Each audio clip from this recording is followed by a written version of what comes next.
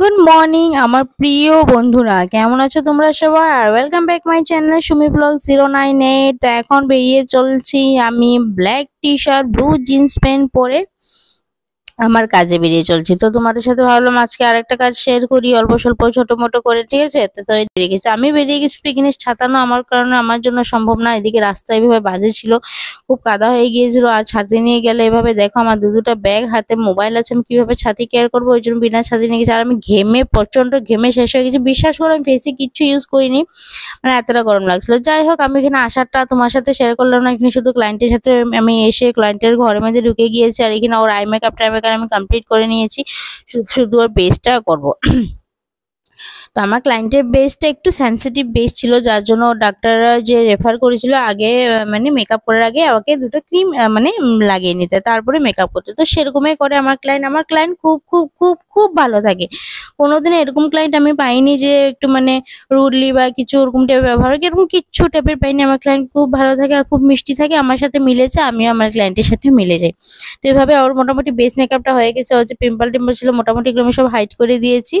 Simple সোবার, আজকাল যারা natural look ছাড়া আজকাল কেউ কোনো মানে কোনো কাস্টে কোনো রকম মেকআপে চায় না, যে মানে বলতে হবে যে হ্যাঁ আমি মেকআপ করেছি এই টাইপের। তো এই যে চুটকু পুটকু মুন্নুটা দেখো, ছোট্ট মেয়েটা এতটা কিউট, এতটা কিউট, মানে কি বলবো, ও সাজার জন্য মানে এমনি হলে ওর হেয়ারটা কাউকে ধরতে দেয় না, কিন্তু আমাদেরকে ও একদম চুপচাপ বসে সব করতে দিয়েছিল। তো ও রেডি হয়ে গেছে, ওর মাকে আমরা রেডি করে দিয়েছি।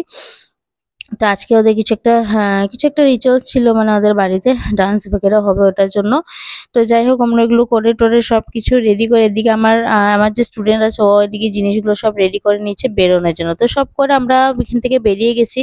তো এখানে আর আজকে মানে ভিতরে পান্ডালেটা আর দেখালাম না, কারণ লেট হচ্ছিল অনেক। এখান থেকে আবার আরেক জায়গায় যেতে হবে। তো আর যেখানে যেতে হবে ও হলো চান্দা, আমার আরেকজন ক্লায়েন্ট, ও আমার খুব পুরনো ক্লায়েন্ট। তো ও ফোন করেছিল আমাকে যে এরকম এরকম আসছি নাকি। তো যাই হোক, আমি চট করে এভাবে কি করলাম, একটা অটোকে রিজার্ভ করে নিলাম, কারণ রিজার্ভ না করলে আমার এভাবে যেতে অনেকটা লেট হয়ে যাবে। না হলে আমি রিজার্ভ করতাম যদি বাড়ি চলে যেতাম। আর আজকে যদি বাড়ি যেতাম তো আমার মা দিদিরা একদম শকড হয়ে যেত, আরে এত জলদি এসে পড়েছিস তুই, তো কোনোদিন 1 ঘন্টার জায়গায় 2-3 ঘন্টা পরে আসিস না, তো ভাবতো এত জলদি এসে গেছে। তো আমার এখানে কাজ মোটামুটি 6টা নাগাদ একদম শেষ। তো আমি এখন এখানে টমটমে বসে চলে যাচ্ছি এই যে আমার আরেক ক্লায়েন্টের ঘরে, চান্দা, যার বিয়ে আমি কিছুদিন আগে তোমাদের সাথে শেয়ার করেছি। তো ওরই দিদি।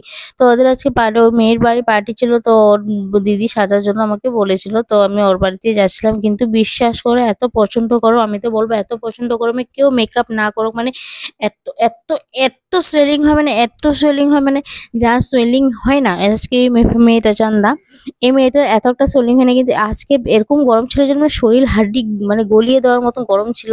তো মানে প্রচন্ড গরম ছিল, মানে কি বলবো আমি, মানে বলে বুঝাতে পারবো না। তো এই যে হলো আমার চান্দা, আমার ফ্রেন্ড। আহ তো এদিকে কাজ টাজ করে নিচ্ছে, আর এটা হলো ওর বাবা। ঠিক আছে, তো ওরা সবাই রেডি হচ্ছে, তো আমি চান্দাকে নিয়ে এভাবে বসে গেলাম। তো দেখো এখন কিছু বোঝা যাচ্ছে না, ওর মুখের সামনে মানে ফ্যানটা, ছোট মিনি ফ্যানটা নিয়ে রেখেছিলাম। তো মানে এতটা গরম ছিল, মানে বলার মতন, মানে কি বলো, বলার মতন কিছু নেই, প্রচন্ড প্রচন্ড গরম। তো যাই হোক, আমি তো এইভাবে এত গরমে কোনো মেকআপ টেকআপ করতে নেই বাবা, এত গরমে। তো যাই হোক, ওর মেকআপ ডান হয়ে গেছে, এখানে ওকে রেডি করে নিয়েছি, কিন্তু ওকে যে একটু ভিডিও করবো সেটা সময় ছিল না, ওদের ঘরে পুরো চিল্লাচিল্লি সবকিছু করছিল। তো এখানে আমি আরো বেরিয়ে গেছি, কিন্তু বিশ্বাস করে একটা টমটম পাইনি। আর এদিকে আমি ভারী ব্যাগটা নিয়ে ঢাম ঢাম ঢাম করে যাচ্ছিলাম। এদিকে আমার যে স্টুডেন্ট আছে, অন্ধকার, পুরোপুরি অন্ধকার, আমরা যে বেরিয়েছি একেবারে অন্ধকার, মানে এদিকে লাইট ওরকম ছিল না।